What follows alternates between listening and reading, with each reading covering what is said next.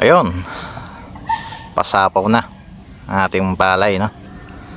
Almost 80% na nakasapaw na sa ating area, no? Sa tayo ay nagtanim ng super hybrid rice SL68. Alam naman natin na ang SL68 is matibay sa tagulan, kaya nagsubok tayo nito. Kaya lang ito yung kalimitan na mangyayari sa ating mga palay, no? Yung ganitong klaseng sakit. Eto, nakikita nyo ba yan? Ito, pulse mat. Yan, hindi na nawawala yan pagka palaging pagka ganito yung rainy season, walang araw, palagi ang ulan, walang tigil, yung bagyo na yan, no? Walang araw, kaya ito yung nagiging cause ng ating mga palay. So ito, magtutuloy-tuloy yan. So mag-i-spray ulit kami rito, pero depende pa rin. Ayan.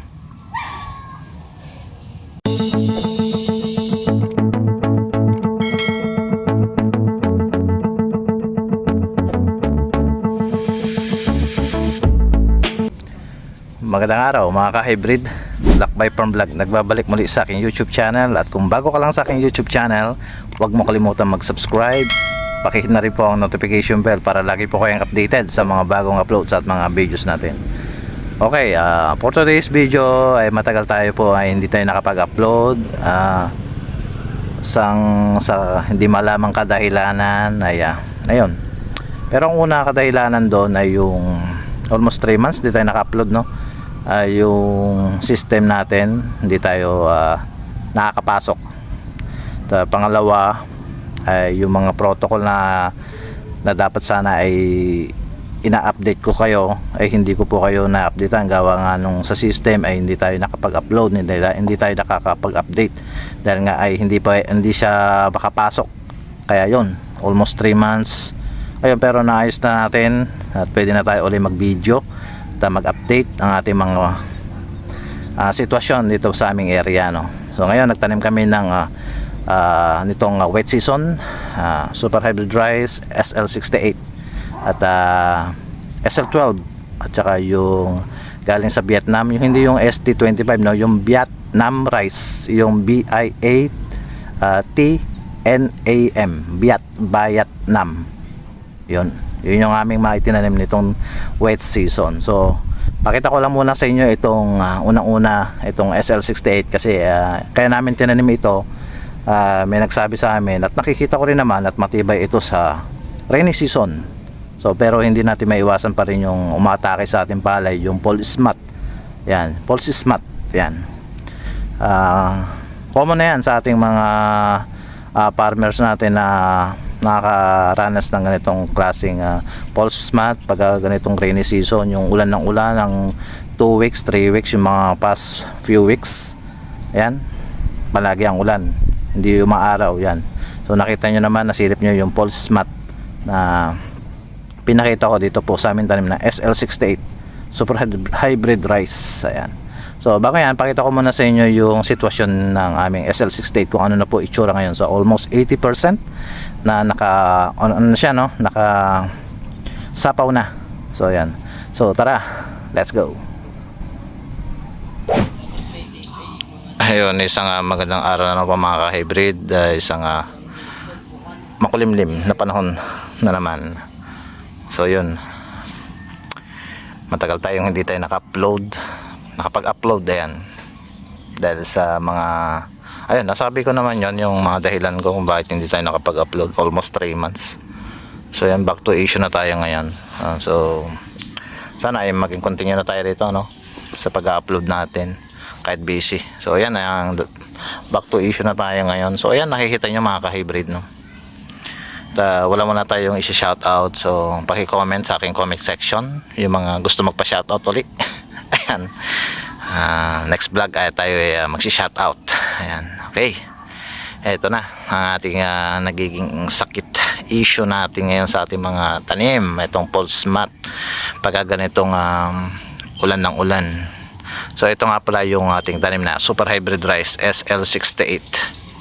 Ayan, so makikita nyo halos maganda naman. Ayan. Maganda naman yung SL68. Ayan, oh. Ano siya, maano din yung mga ano niya, oh. Makapal din. Ayan, oh. Kaya lang siyempre ito na yung kulog, oh. Ito siya. Marami pa yan doon sa gawi pa doon sa gawi pa doon. Marami pa tayo nakikitang pulse mat. Pero konti lang. Pero alamin pa rin natin pag ito ay medyo panilaw na sa ripening stage na. So yan, almost 80% nakalabas na sila. Nga pala, no, yung update dito sa about protocol lang ginamit namin. So yun una, no, gumamit kami ng bioenzyme din at foliar insecticide na gold at yung ating fungicide armory. Pero hindi namin pinagmix yung gold tsaka ito kasi sensitive para sa akin, sensitive para sa ganitong mixing. So single application lang kami sa pag-apply ng fungicide at saka insecticide. So yan. So sa mga nakabalak sa mga nakatry na po ng SL68, paki-comment naman po kung ano po yung naging feedback nyo pagdating kayo po ay nagtanim ng SL68. Ayan siya, labas na. So madamo lang. Ayan siya. So panay ang ulan, talagang din natin maiwasan sa bagyuhan ang panay ang ulan. Ayan. Nung nagpa-flowering to, ulan ng ulan. Ayan pa. Oh. Pulse mat. So hindi naman lahat, no. Kaya nung ika 30 days, doon kami nag-apply ng fungicide. No. Kasi ang application ng fungicide between the 28 to 30 days o hanggang 33 days. Yan po ang application ng fungicide. Yung namin, yung gold na in-apply namin pang insekto is nasa 15 days, 16 to 15 days. 15 to 16 days. Ayan mga ka-hybrid. Ayan. Kita nyo. So kami pala ay nagtanim din ng SL12 doon sa Gawidon. Doon. Half hectare at half hectare ng Vietnam rice. Ayan. Ayan mga ka-hybrid. So next update natin, I'll upload natin, tingnan natin yung sitwasyon ng SL12 namin. Medyo tinamaan po ng mga hopper. Yung mga hopper na yan. Dahilan para hindi siya ganun ka magsuwi.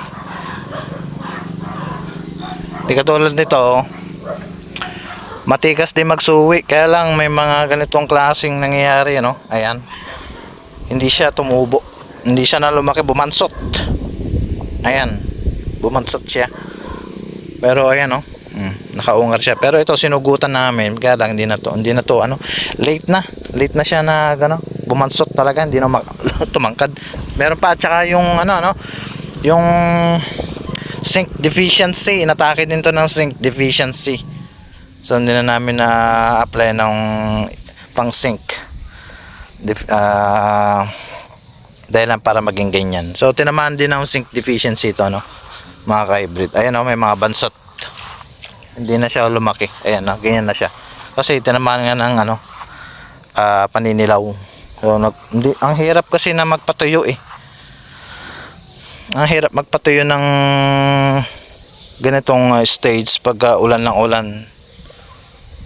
Sobrang dami ng tubig, ang hirap pakawalan ng tubig kasi nga nagpapakawala kami, kaya lang ang problema, ulan din ang ulan, so hindi na siya nababawasan. Ayun. So yun ang update mga ka-hybrid, at susunod nating video ay punta natin yung SL12 doon, tsaka yung Vietnam rice. So, sa ngayon ito lang po muna, at makita nyo yung sitwasyon ng aming tanim SL68 super hybrid rice ng SL Agritech. Kaya lang, ayan, No, di ba?